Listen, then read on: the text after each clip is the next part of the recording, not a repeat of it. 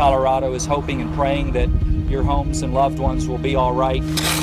We never thought in our wildest dreams that we'd have a 100,000 acre fire in the Front Range of Colorado. I got the news at 11 o'clock that my house was burned down. Whatever happens is going to happen. I can't go in there and put it out myself. You don't know what to think. It's just scary. The wind comes back up like it was last weekend, all bets are off. The fire season is just beginning today. I'm going home, and I'm going home soon, whether the sheriff's there or not. These people are scared. She said, how long's my house going to be burnt down for? It absolutely makes no sense. I stayed there till I saw the flames. You got 100, 150-foot flames. Both of the fires just blew up. The smoke just came down there like a curtain. You see it, you smell it, you feel it, taste it. I have a little piece of heaven up there, and now it's charged. It's a crying shame. We need to go now because that fire's coming up behind us here. We're very thankful for the firefighters. They're trying to save my home and my forest, and they don't even know me. Relentlessly hit it, drop after drop after drop. Hard to see people's property go up. This is the #1 priority fire in the country. I wouldn't say we're out of the woods yet. It's a bad season. We're going to be burning all year.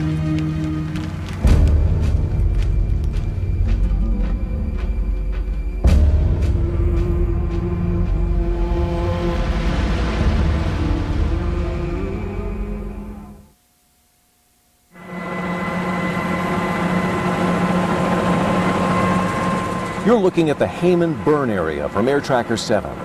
The inferno that devoured countless trees, destroyed dozens of homes, and ruined the landscape was the worst wildfire that Colorado has ever seen. It chewed through 4 Front Range counties and forced thousands from their homes. For days, the Denver area was covered with choking ash and smoke. We will probably never know the final toll in terms of the loss of wildlife. As we fly over the scorched earth, we are reminded that we are but a small part of this vast landscape. And there are times that Mother Nature reinforces that message. Hello, and thank you for joining us for this special edition of 7 News. I'm Mike Landis. Over the next half hour, we're going to take you on a journey through one of the toughest summers that Colorado has ever seen. For some, fighting this excruciating battle meant leaving behind everything they'd grown to love. Watched the flames from the porch and watched them for 2 days, and then finally got evacuated. We evacuated Sunday night about 10. It said evacuate immediately. Since last Saturday. Since last Sunday. Happened about 9:30 Tuesday morning. I was evacuated Tuesday. When I saw the flames, I left. 22 homes have gone down, and, we're all out here waiting to hear if it's our house. We've been through this for over a week now, and we just need it to end. We saw flames on top of the hill. That was the first time we've seen that. So it's a little scary. It's always scary. It's scary. No, you think, well, it's not going to happen to me, but you don't know. You just don't know, You just hope and you pray. There's nothing you can do. You just do what they tell you to do. It's been pretty discouraging at times and pretty hard.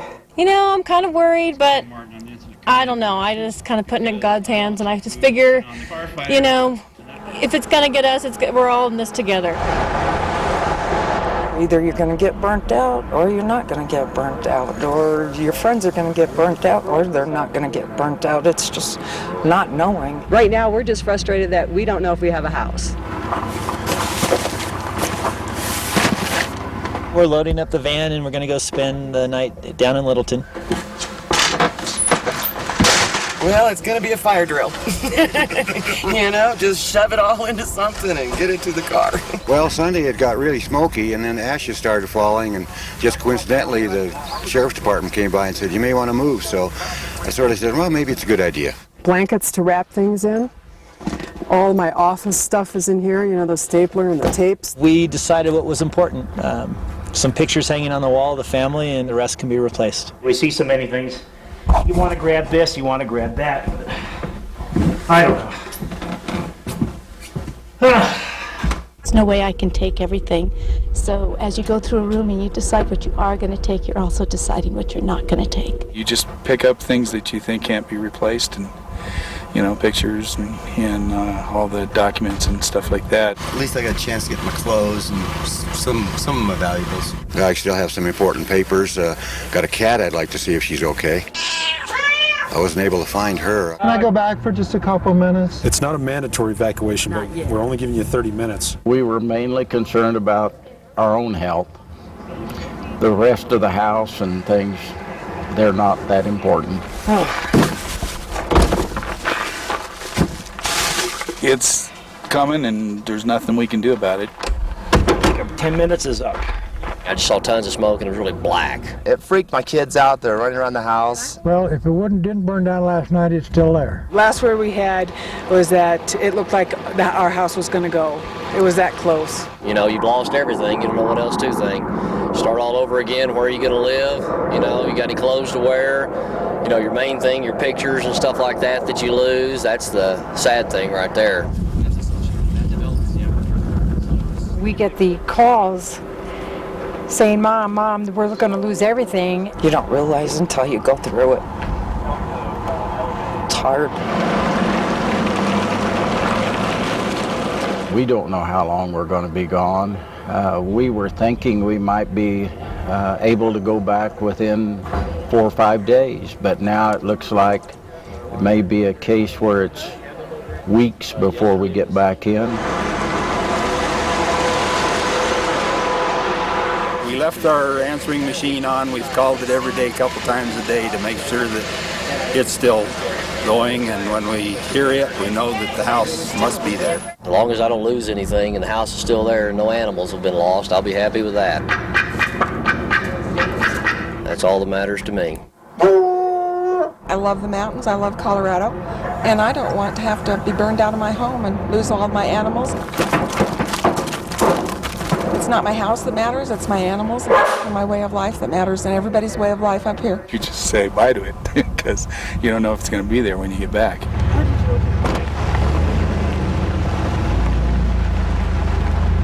Everybody is upset. Everybody's going to get upset that loses their house. We have that right. You think about the people who are fighting on the lines. You think about the people that already have had losses. We're okay. We're okay. Just need to pray for those that are in harm's way and have already been there. I hope it's still here. I hope we can all come back, and I hope the house is still here. You roll with the punches. That's it, so, the house goes, it goes. All the other stuff goes. I'm more concerned about the livestock than I am anything else. It's been kind of hard leaving your house behind and then knowing that it could get burnt down at any moment and then knowing that you can't bring anything. I never want to do this again. I'm hoping that this isn't the way living in Colorado is going to be, because we love it here and this is just a little stressful. I'm happy that we're here safe. I'm happy we still got our home, I think. And I'm happy the Red Cross is taking good care of us. A lot of people talk about rebuilding, but I'm not too sure. We're just hoping for some closure soon, maybe a little rain and a lot of help from the firefighters.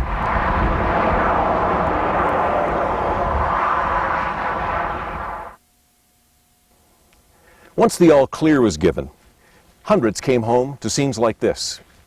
A life's work, a lifetime of memories, gone. When we come back, we'll take you to the front lines with the firefighters.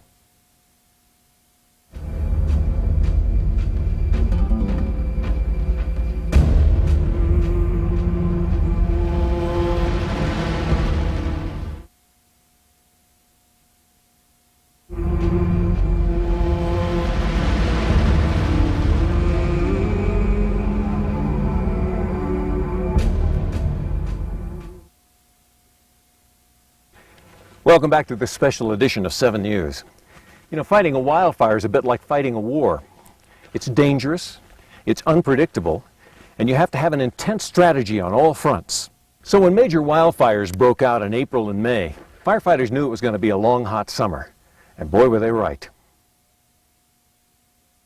2,000 firefighters working on this fire? This is my first fire this year. Well, this is my first fire ever, actually. They called up, said they wanted 10 engines in Colorado. The first day of the fire, we went 23 hours on. Burned 60,000 acres that one afternoon. 87,000 acres. The fire size is estimated to be now 90,000 acres. We got 9 helicopters dropping water. Safety's the number one priority. We could drop 200 crews in there, and they wouldn't even make a dent in this thing.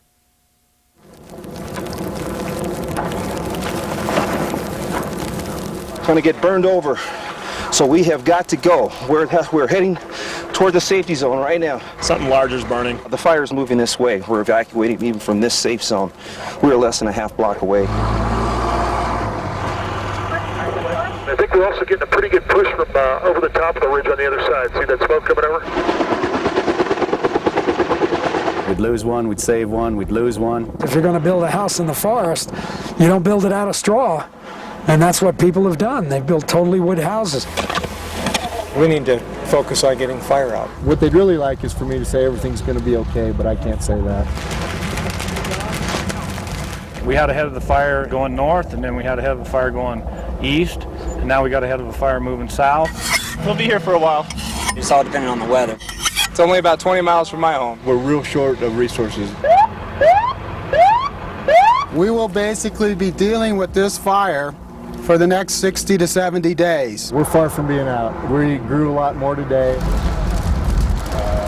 This fire's just, unfortunately, just moving too fast. All of Colorado is burning today. We had a firestorm come through here last night that took out a lot of what was standing is now on the ground. The weather shifts, the fire flares up, and they understand we have a job to do. One of our 3 top objectives is to protect their homes. We're there to basically put them in front of a house and protect several houses with each engine if necessary. That's our priority, to save these structures behind you. Stop it from that, getting the houses where we were at, Sunday when it blew up. We're there to protect all the structures in case the fire rolls over the hill into Perry Park. We have firefighters in there working really hard to protect those structures, using aircraft, fire engines, and kind of just digging a line. I got to maintain my professionalism, try to run this incident command on the sheriff's side while my family is being evacuated. That's basically why people are still being held out of returning to their homes in some areas, because we haven't contained the fire line. Containment is 70, 90 days out. Containment. Containment is typically a good secure line around the whole fire. Now that doesn't mean that the fire's out. Well, it's a big fire. We're going to do our best to help out and get it contained. There'll be a lot of crews sticking around on this fire for probably more than a few weeks. And they'll be doing a lot of work out there mopping up. That's real dirty, tough work, but it's something that has to be done. 02 Whiskey, you in position. The turnaround time is just minutes. Wait till you see this. This is incredible. So it doesn't take much calculation to realize we're putting hundreds of thousands of gallons of water on this fire from helicopters alone. So I want to be probably on that southwest corner of the fire. It's very exciting, long, exhausting. Well, it's exciting and scary. There's a few of us that have been here since the beginning. We haven't had much rest. Some people are very thankful we're here. Some people are mad because of the way things are being done. They're thankful we're here. I mean, it's a total mix of emotion. You folks don't know, this is a very huge and large and dangerous fire, if you haven't figured that out already. We watch each other's back. One person's digging, somebody keeps an eye up, see what the fire's doing, keep everybody out of danger. You don't think about it from day to day very often, but you realize sometimes that it's a dangerous job. We got a job to get done. We'll get through it. Is it tough to keep hope up? Oh no, all fires go out eventually. We'll get a hold of it. Yesterday was the first day we were able to get in actually with hand crews and do some effective containment. We're mopping up. Today was a very good day of firefighting. And the engine crew saved all 50 houses in there. Our containment has gone up to 60% officially, which is very good news. They dug a lot of line. We're expecting full containment by Friday afternoon.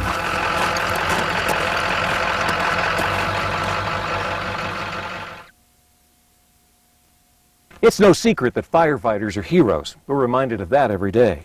At a moment's notice, without hesitation, they'll put their lives at risk to save others. We'll talk about that and the future when we come back, and the working families who are rebuilding their lives and their dreams after the worst wildfire in Colorado history.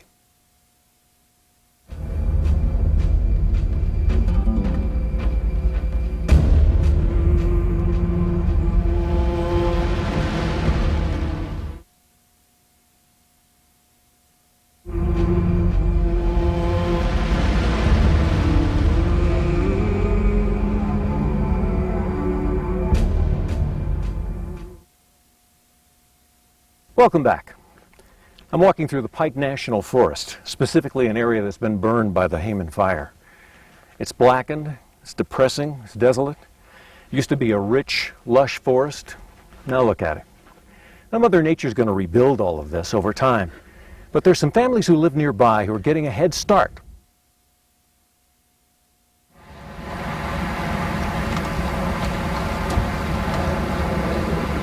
Everybody did lose something.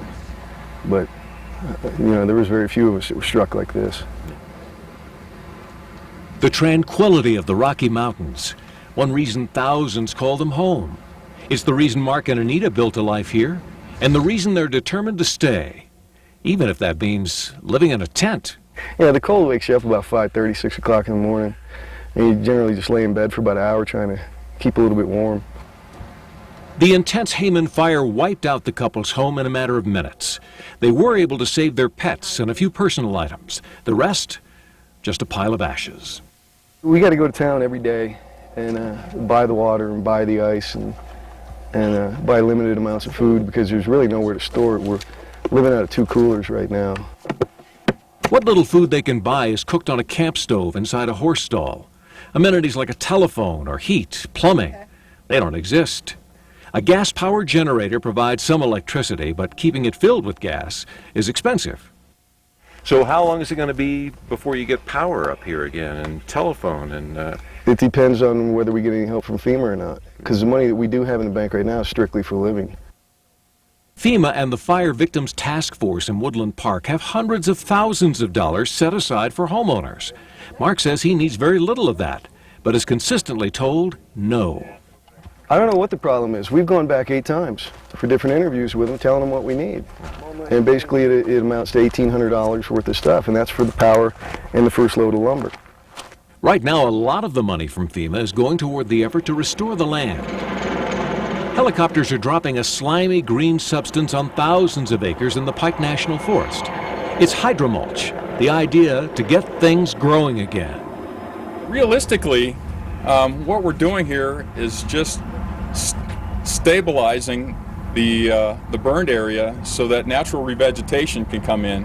If you don't do it, the soil is going to move off the hill slopes in very large amounts. Even if we do get seed established and we get mulch on the ground, we're still going to have some level of sedimentation. While Mark and Anita understand the importance of restoring the land, it's of little comfort to them at this point. If I can just get the materials, I'm fine. Yeah. You know, I'm not asking for a framing crew to come out and a drywall crew and all that. I'll do it myself. And he's already started. This is a perfect spot to build, is right back here. This is the quietest area. It's not really a flat spot, but nothing is around here. Each day, Mark removes damaged trees and works to clear a foundation for their new home. And I've taken all these out. We're going to use these for furniture. Building that furniture is Anita's job. I've been peeling some logs to make some furniture, to make some tables. Have you ever made furniture before? No. The couple is literally starting from scratch. Unfortunately, time is now their enemy. You going to be able to beat the first big snow? I doubt it.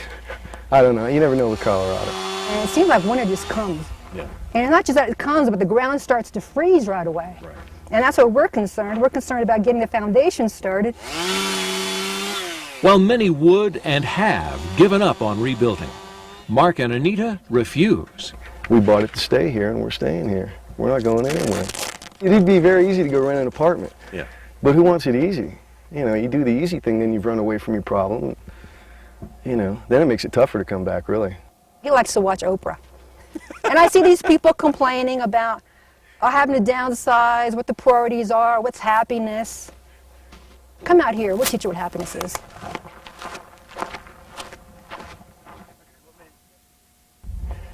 We know that ultimately the hundreds of thousands of acres that have been burned will come back. We know that the homes and businesses that were burned out will be rebuilt. The most tragic loss, the loss of lives, firefighters' lives, 9 of them in Colorado over the summer. We will never forget their sacrifice. I'm Mike Landis. For all of us at Denver 7 News, we thank you for joining us.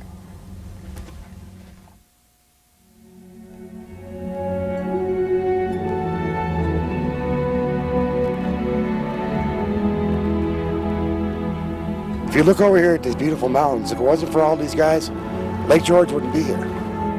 They stopped that fire 500 yards from my house.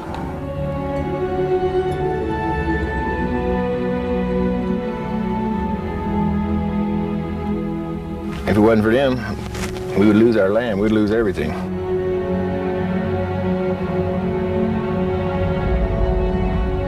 These young people have fought so valiantly for our homes, and we felt it was critical that we be here to show our support for their families and friends.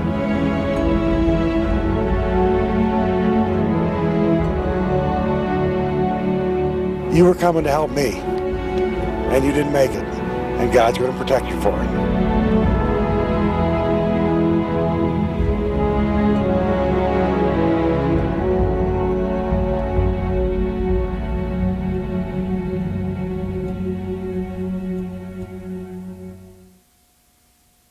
If you would like more information on how you can help those affected by the wildfires in Colorado, or any disaster that may hit our state, contact the American Red Cross at the number on your screen, 303-722-7474.